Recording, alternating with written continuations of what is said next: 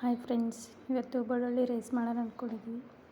2 spoon ಎಣ್ಣೆ, ಸ್ವಲ್ಪ ಕುಟ್ಟಿದ್ದು, ಸ್ವಲ್ಪ ಸಾಸಿವೆ, ಸ್ವಲ್ಪ ಜೀರಿಗೆ, ಸ್ವಲ್ಪ ಇದು ಹಾಕ್ಬೋದು, ಅದು ಉದ್ದಿನಬೇಳೆ, ಕಡಲೆಬೇಳೆ ಹಾಕ್ಬೋದು, ಚೆನ್ನಾಗಿರುತ್ತೆ.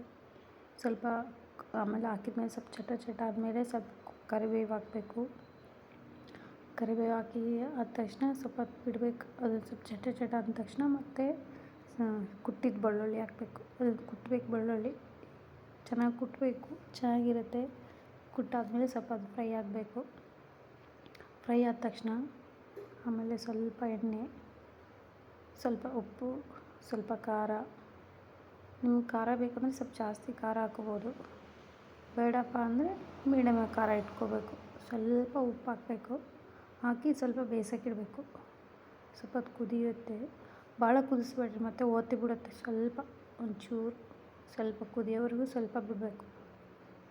ಬಿಟ್ಟ ತಕ್ಷಣ ಸ್ವಲ್ಪ ರುಚಿಗೆ ಉಪ್ಪು ಹಾಕಿ ಆದಮೇಲೆ ಸ್ವಲ್ಪ ರೈಸ್ ಆಗಿರುತ್ತಲ್ಲ, ಬಿಸಿ ರೈಸ್ ಚೆನ್ನಾಗಿ ಸ್ವಲ್ಪ ಉದುರಾಗಿ ಮಾಡಬೇಕು, ಚೆನ್ನಾಗಿರುತ್ತೆ. ಸ್ವಲ್ಪ ರೈಸ್ ಹಾಕಿ ಮಿಕ್ಸ್ ಮಾಡ್ಕೋಬೇಕು.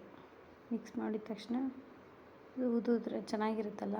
ಆಮೇಲೆ ಸ್ವಲ್ಪ ಕೊತ್ತಂಬರಿ ಉದುರಿಸ್ಬೇಕು.